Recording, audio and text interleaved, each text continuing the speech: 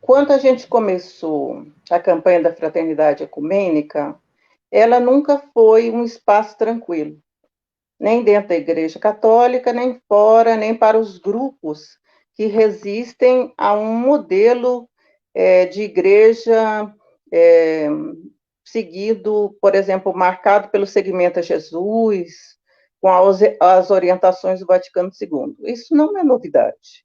Isso no ano 2000, quando começou a campanha, ela surgiu em meio a muitos conflitos, né? Ela não é fruto de uma concordância geral, não nem todas as igrejas aceitaram isso com tranquilidade. Houve também um debate interno das igrejas por causa da postura da Igreja Católica e da Igreja Católica ser maioria, né? Então, assumir um projeto da Igreja Católica não foi uma pauta tranquila para as igrejas, né? Então, a gente teria que dizer que essa pauta que aparece agora não tem novidade nenhuma do ponto de vista histórico e nem do ponto de vista da campanha da Fraternidade Ecumênica, né? Então, você tem bispos da Igreja Católica posicionando de modo triste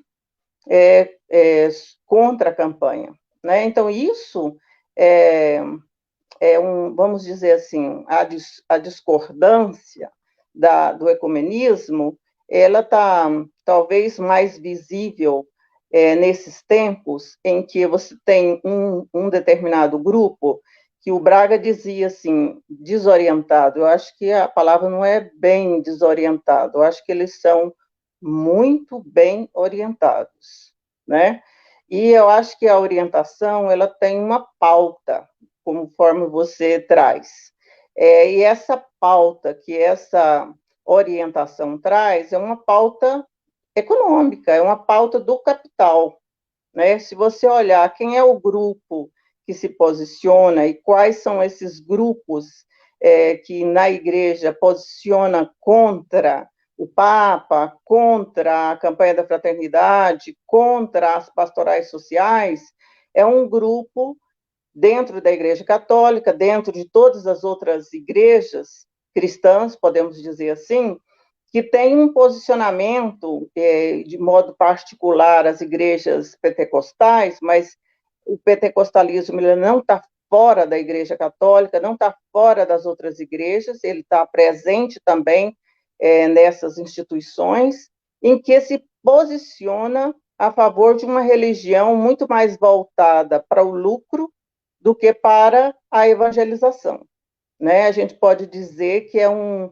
modelo de religião que sustenta o neoliberalismo, né? E isso a gente tem que colocar de fundo nessa discussão, né? Então, qual é a pauta trazida? Se a gente olhasse e perguntasse assim, olha, qual foi a reação dos grupos por causa dessa pauta trazida por esse grupo? Você vai dizer assim, olha, várias pessoas elas se posicionaram da campanha da fraternidade. A campanha da fraternidade ela podia passar vou usar uma palavra não muito apropriada, mas comum no nosso discurso, que podia passar em branco ou em brancas nuvens, né? Porque até agora se pouco falou da campanha da fraternidade, e aí como que ela vai aparecer para o tema? E quando ela aparece, você tem uma reação institucional.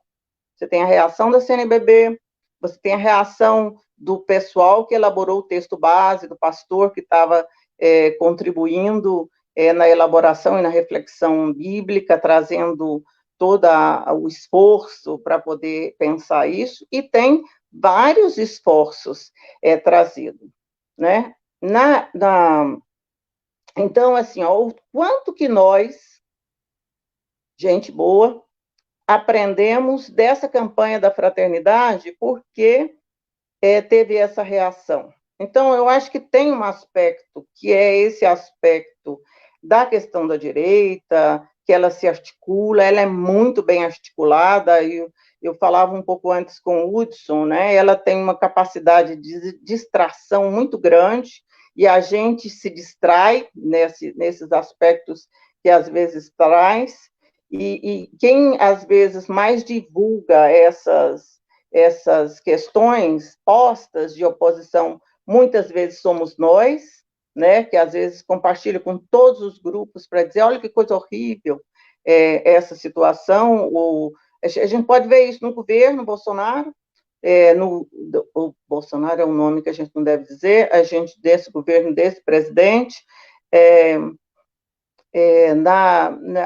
nos seus ministros, principalmente a ministra responsável pela questão da mulher, né? Só para se ter um exemplo, né? Quantos do grupo que vai, por exemplo, veste de rosa e vai para as redes sociais e diz, eu estou de rosa, né? Então, a gente com isso, o que a gente está difundindo? A gente está difundindo uma distração, né? Então, eu acho que esses aspectos da campanha, ele tem esse lado, que é, vamos dizer, de alguém que se posiciona contra a campanha e obriga as pessoas que deviam estar divulgando a campanha, mas que começa a fazer, então, a divulgação da campanha, né? Então, você tem uma divulgação muito grande, inclusive essa live, né?